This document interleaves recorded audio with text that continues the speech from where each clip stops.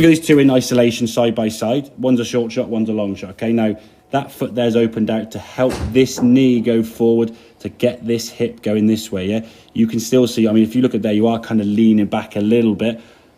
There, see the difference there? Yeah. So your knee goes forward, that just helps put the weight on your left side there. So that's what we're looking for. So when you come back to the golf ball, you can see impact there now when you hit it. Okay, you're striking the ball there. Good contact this was, wasn't it, yeah? And we said now your lead arm and the hands are pretty much ahead of the golf ball, or just about in front of the golf ball, okay? With the long game, obviously grip, make sure we get that grip correct. See the logo your left hand, that's the key thing. Get the body aiming around that corner a little bit. You look at the backswing, and the backswing you're making now is a good movement, nice turn and pivot. Now they're taking the golf club in a good way. As we said in the past, I think you've got to get your lower half into that wall, yeah? You tend to just pivot here now, and there's your impact here. Look where your hands are relative to the golf ball. If I take a rough blur at the middle of your hands, that's basically where your hands are, yeah?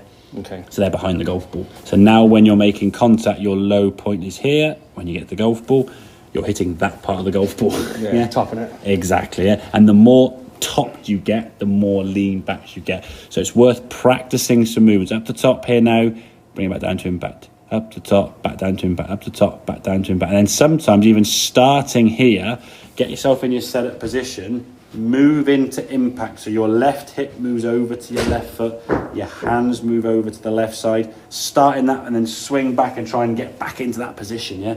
Because getting into that good impact position for every club is going to be key. With the shorter irons, 7s, 8s, 9s, if you lean back behind it, you probably top it.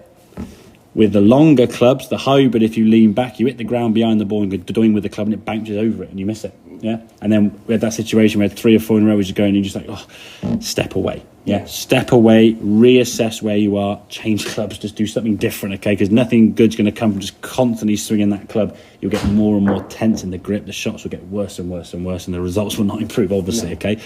So identifying short and long shots, as I say, when you're playing these shots, there's not much follow through there, as you can see. I think you still could have a little bit more weight on that left side with your left hip. This hip still wants to sort of stay back here as if you're sort of trying to hit it up in the air and scoot back. It's getting into that left side, almost the point where you can almost balance on one leg.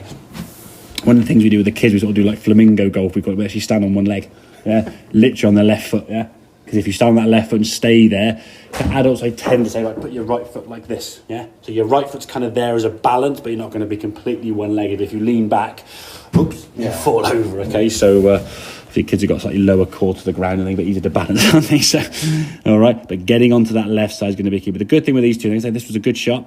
You're not likely to move off the golf ball, so the impact was good as we saw there. Okay, but it's making sure we get onto that left side at setup with the short shots, in the swing for the long shots, okay? Obviously, movement this way towards target gives you power and a good strike. We want a good strike on the little shot, don't we want power, do we? So we change that. And again, as I said, in terms of club choices with a short shot, you can take a wedge, a sandwich, a 9-iron, an 8-iron, 7-iron, 6-iron. You can even take your hybrid, yeah? Because you're making such a small thing, the club's only going to go back kind of here to here and through. It's not a big thing at all, yeah? Just rocking back and forth with the shoulders.